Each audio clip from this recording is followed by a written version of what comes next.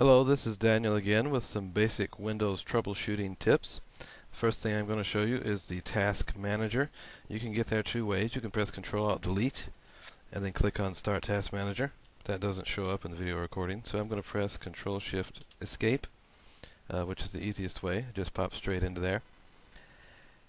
And this will show you all the processes and files that are currently being used by your system. You can sort it in different ways. Applications will actually just show you the top level applications such as, Internet Explorer. If you open that up, you can see it pop up on there. Processes will show you all of the hidden processes that are running as well. And this is really going to be a lot more useful than applications. Really, applications, about the only time you're going to use it is if you need to end a task, say if something locked up. Processes, you can see everything that's running, including any types of spyware or things like that. Just take all these names. There are going to be some strange things in here, and you may not be able to recognize what they all are. Some of them are pretty obvious, but some of them are pretty confusing. So just take those names and tap them into a search engine like Google or Yahoo, and it'll tell you exactly what each one is. And after you've done that a few times, you'll be able to recognize most of them. And if you see anything strange, there's a good chance it could be spyware. So that's a good thing to do there. You can check your services as well. Also check your system performance and just see if you see your processor is being maxed out by something or your memory is being totally maxed out. And if you haven't experienced that before, that usually means there's an error going on rather than a problem with your actual memory level. That's just something you can do. Another thing that comes in very handy with hardware troubleshooting is to go to the Device Manager. You can do that by clicking on My Computer, or actually right-clicking and then clicking Properties. Clicking Device Manager. There's several ways to get there. And once you get there, you can see all of the devices that are installed on your computer. Everything from disk drives to display adapters, USB ports, just anything that is physically connected to your computer at that time, even external devices. Now, if you have an error, you will see that there is a little, kind of like a road sign out here, a little triangle with an exclamation point in it, and that means you have an error with that device. And you can actually right-click on that device and click Properties, and it'll give you more information, such as the driver details. From there, you can click Update Driver. Sometimes that works, sometimes it doesn't. If you're experiencing an error, that's a good thing to try, though. You can also get the actual error number off of an error file if it pops up. Tap that into a search engine and find out the solution. The Microsoft Help database actually has a lot of useful information for those obscure error files, so that's another thing you can do.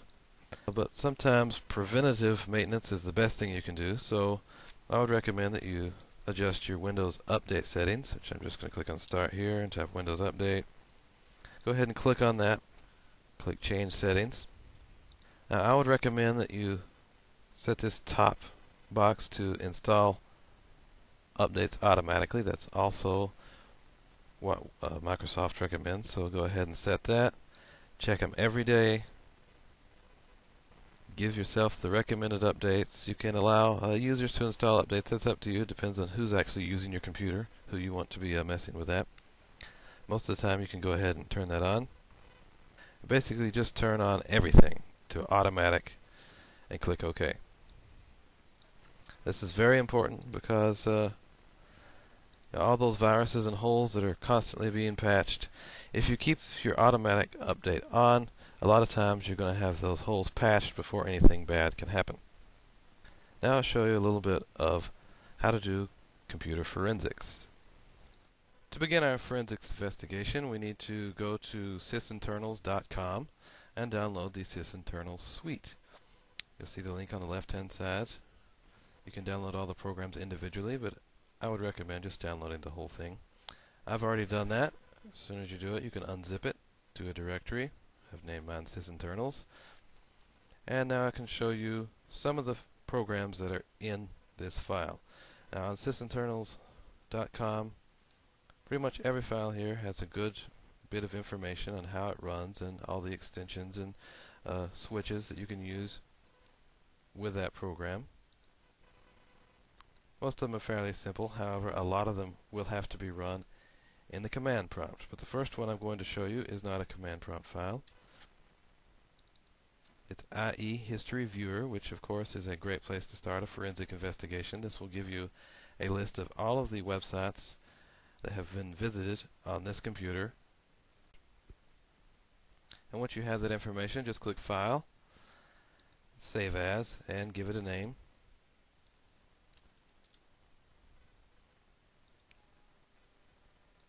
Go ahead and save that. And you can view that with any XML viewer.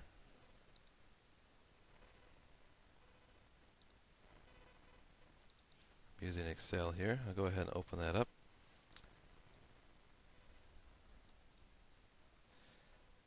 And there you have it. It just gives you a nice little table. So that's a very simple file to use. It generates a nice little piece of evidence for your forensic investigation. Now the rest of the tools I'm going to show you are command prompt tools. You will need to right-click on command prompt and run it as administrator. Then surf on over to your Sysinternals directory. Okay, the first thing you might want to run is the date command, because that's going to be a very important piece of your forensic investigation. Just type in date, the greater than symbol, and then the name of a text file, like data.txt for instance. It will run that command and save the info to data.txt. Do the same thing with time. This time I'm going to use two symbols, so it will append.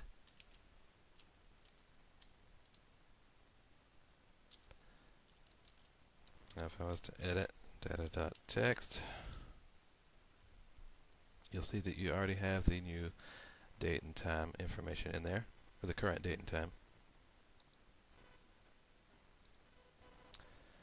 So that's a good place to start, and you really might want to set that up in a batch file, which is just a text file. You put all the commands in a row that you're going to be using, you have them all append to the same text file, and save it with anything .bat. You just tap the name and it'll run all those commands. That's a useful little tool. Let me go back to command prompt for a moment. Okay, some of the commands you might want to use are ps logged on. It shows all the processes that are logged on. Open files is another good one, which shows you all the files that are open on a computer.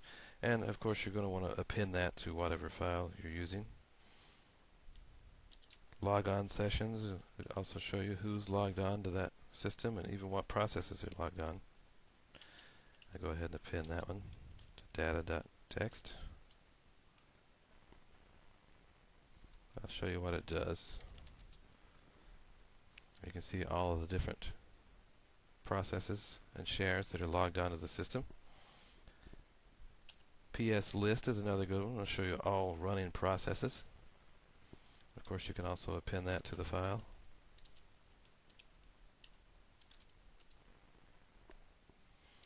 You might also want to capture other information, such as the IP config information, which will tell you, the IP addresses and gateway addresses and things of that nature. I would recommend using the /all extension. You can see, their service providers and everything like that on there. So that's a good bit of information about the network itself. Netstat is another good one. Now these aren't actually Sysinternals tools. They're actually built into all of the Windows operating systems. As I said before, I would recommend that you put all of those files into a batch file, which you'll see right here. I'll go ahead and run that batch file.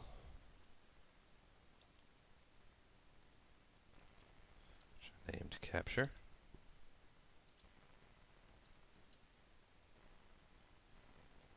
Then if we edit capture.txt, you'll see that it has all that information compiled into one file.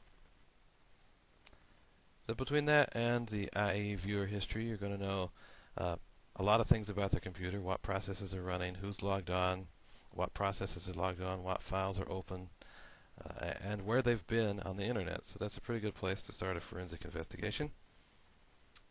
And this concludes my tutorial.